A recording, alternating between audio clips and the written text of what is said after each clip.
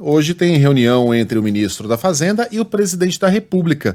O que deve sair dessa conversa entre Lula e Haddad? Juliana, bom dia.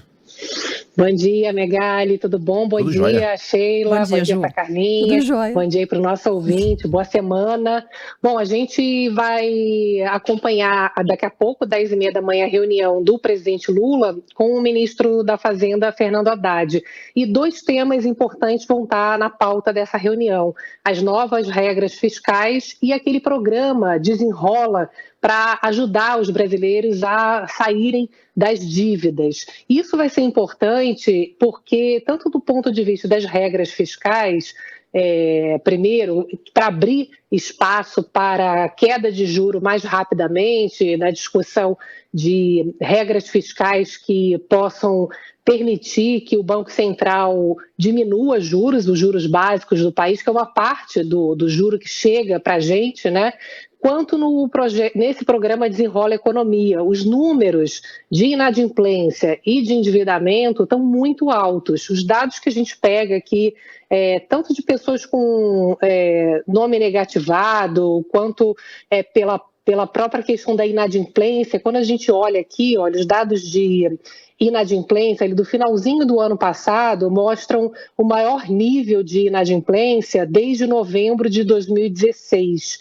E isso tem muito a ver com o pós-pandemia, muito endividamento acumulado, e mesmo com a melhora do mercado de trabalho, que foi grande no ano passado, foi a surpresa positiva de 2022, estava olhando aqui os dados de renda, a renda do trabalhador brasileiro, descontando a inflação em 2022, cresceu 9,5%.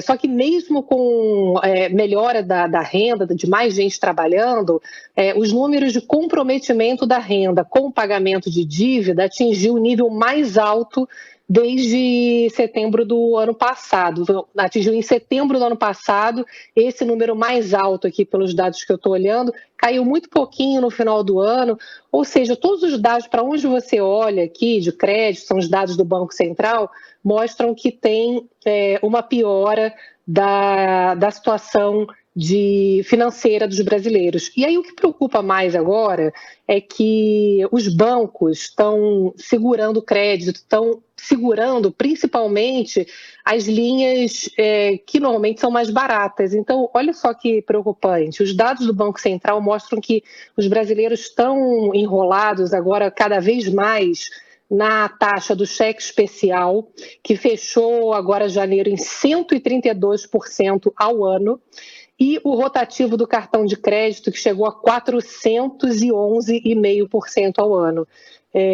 Preocupa porque, não só porque são caríssimas, né, mas porque as pessoas não estão tendo muita opção de ir para linhas mais baratas, porque os bancos estão segurando o crédito com medo de inadimplência, vendo que a inadimplência está subindo, e aquela coisa do ovo da galinha, né? Você acha que vai ter inadimplência, daí você não dá o crédito, e aí as pessoas vão se enrolando no cartão, no cheque especial, porque não conseguem um crédito mais barato, e aí que a inadimplência sobe, e aí que os bancos não emprestam e vira uma bola de neve. No caso das empresas, a fraude provável ali, né, do caso Americanas, das lojas americanas, também está levando os bancos a segurarem crédito para as empresas. Então, resumo da ópera, o governo tem falado muito sobre a preocupação com crédito.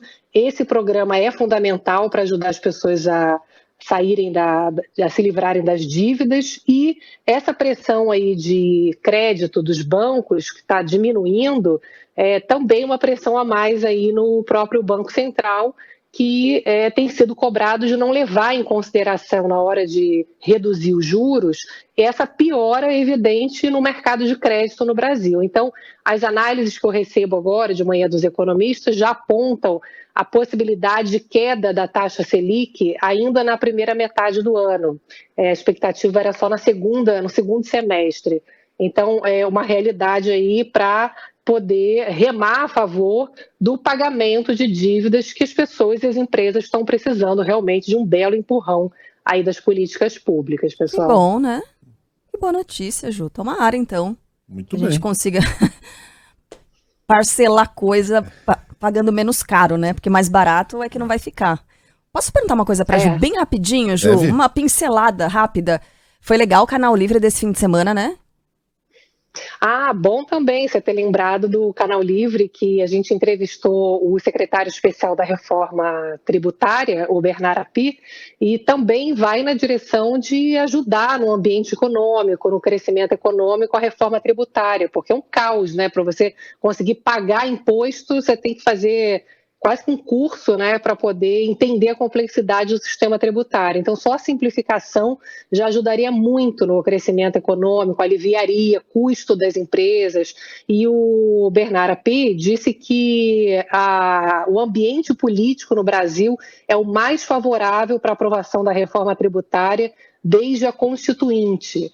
Então, Bernard Api, otimista de um tema, claro, que ele sabe que é bastante difícil, porque vocês sabem, pessoal, que até a gente falou com ele, reforma tributária, você pergunta para qualquer pessoa, todo mundo é a favor, mas cada um tem a sua, né? Ninguém quer perder, ninguém quer abrir mão da sua situação, então você ter um consenso é dificílimo na reforma tributária, juntar governos estaduais, municipais, setores empresariais.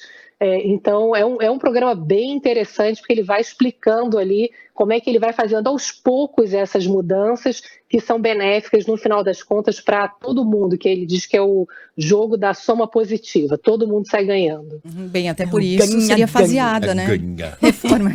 Reforma PPP, reforma tributária faseada, de repente, né, Ju? Porque ele mesmo falou sobre a possibilidade de o imposto sobre renda ficar só para um segundo momento, né? Primeiro falar sobre imposto, discutir imposto sobre consumo, mas imposto sobre renda só mais para frente, segundo semestre, né?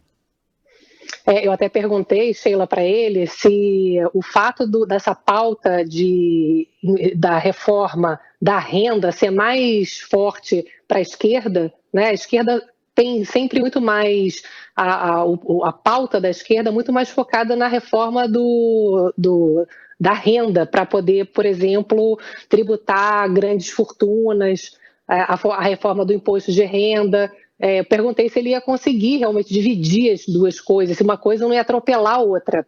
Ele diz que sim, porque diz que o governo deixou muito claro que vai atacar as duas coisas, a reforma tributária do consumo e a reforma tributária da renda. Então ele diz que até a primeira metade do ano o governo está focando todos os esforços para aprovar a reforma tributária sobre consumo e a segunda metade do ano todas as energias vão estar focadas na reforma tributária da renda. Então ele acha que está bem dividido porque o governo deixou claro quais são as prioridades, né, as discussões para poder... ele acha que uma coisa misturada com a outra não faz sentido, porque são vias diferentes, inclusive do ponto de vista de regras, e que, enfim, não faz sentido misturar a reforma tributária de consumo e de renda, mas ele está otimista, viu? E acha que as duas coisas vão acontecer nos seus momentos corretos, porque o governo deixa claro que esses dois projetos, tanto a reforma tributária de consumo quanto da renda, são prioridades para o governo Lula. Então, vai ser bom, né? Porque quanto tempo? Acho que desde que eu nasci eu ouço falar em reforma tributária. A importância da reforma tributária, né, não? Desde sempre. Todos nós.